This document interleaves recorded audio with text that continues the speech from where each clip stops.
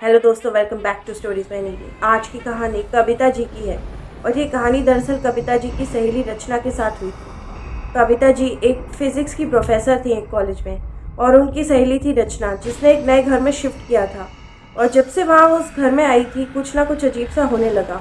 पहले उनके हॉल में जो एक फ्लावर पॉट रखा हुआ था, जब भी वहाँ से वो निकलती थी उसमें काली सी परछाई का रिफ्लेक्शन होता था और जब वो पीछे मुड़ के देखती थी तो वहाँ कुछ नहीं।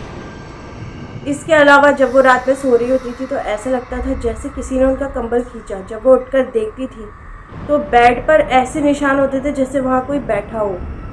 इसके अलावा उनके बेटे के कमरे में एक अलमीरा थी जो आधी रात को अपने आप खुल जाती थी। कविता जी ने बहुत ज़्यादा रिसर्च की, लेकिन फिर भी उनको कुछ समझ नहीं आया कि जैसे जब भी वो उस फ्लावर पॉट में देखती तभी ऐसा होता था, जब भी वो सो रही होती तभी ऐसा होता था, और उनके बेटे के कमरे में आधी रात को ही वो अलमारी क्यों खुलती थी। उन्हें इसका कारण समझ नहीं आया।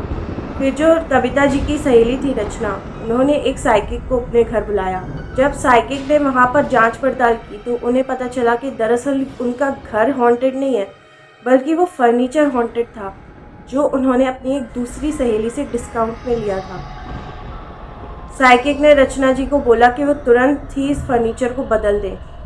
रचना जी ने उस फर्नीचर को उठाकर जला दिया ताकि वो किसी और के हाथ ना लगे, और जब से उन्होंने ऐसा किया उसके बाद से उनके घर में कोई भी असामान्य घटना नहीं हुई।